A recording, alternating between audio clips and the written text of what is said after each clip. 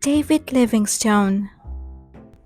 David Livingstone was born many years ago in a small town near Glasgow. His father was a very poor man, so David was sent to work in a cotton mill when he was quite a young boy. Each day, sometimes before the sun was up, David ran eagerly to work. He stayed there until 8 o'clock at night. It was a very long time for the little lad, yet he did not grumble. In those days, many little boys and girls worked hard in mills. When David came home at the end of his first week's work, he placed something on his mother's lap. "What is it, David?" his mother asked. "It's half a crown, my first wages," said the boy proudly. "But David," she said to him, "would you not like to buy something for yourself with your first wages?" The boy thought for a moment. Then he said eagerly, "There is one thing that I should like. It is a lesson book which I saw in a window shop." David was allowed to buy the book, and how carefully he read it. He was very eager to learn, for he had not had the chance to go to school. He soon had other books too. He became so fond of reading that he used to place an open book beside his machine at the mill. He would read a few lines whenever he had a spare moment. As he grew older, David began to go to school in the evenings after his day's work was done. He studied so hard that he was soon able to attend college in Glasgow. Of all his books, David loved his Bible the best. He read its stories again and again.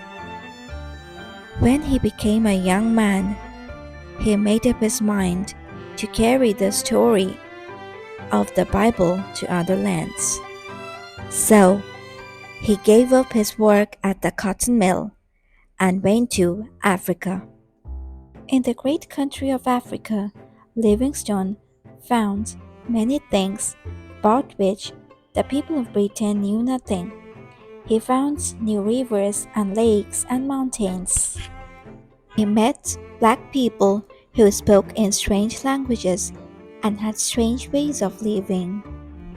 At that time, many of the black people of Africa were treated with great cruelty, especially by slave merchants. These slave merchants would attack their villages and burn down their huts. They would kill many of the black people and make slaves of others. They would lead their slaves back to the coast and sell them there for high prices. One day, as Livingstone and his servants trudged through the forest, they met a long line of slaves who were being led away to be sold. Alongside the slaves marched their masters. They had guns over their shoulders. "We must stop them, even we have to fight," said Livingstone to his servants. He then signaled the slave masters to halt. They stopped at once, but didn't attempt to fight Livingstone. Instead, they ran off into the forest, surprising everyone. They left all the freed slaves behind, who cheered and celebrated their newfound freedom from shackles. Once all the slaves were freed, Livingstone gave them a good meal. For a while, they couldn't believe their luck and were immensely grateful to Livingstone. Livingstone worked for many years among the people of Africa, teaching them about Jesus and striving to make them happier.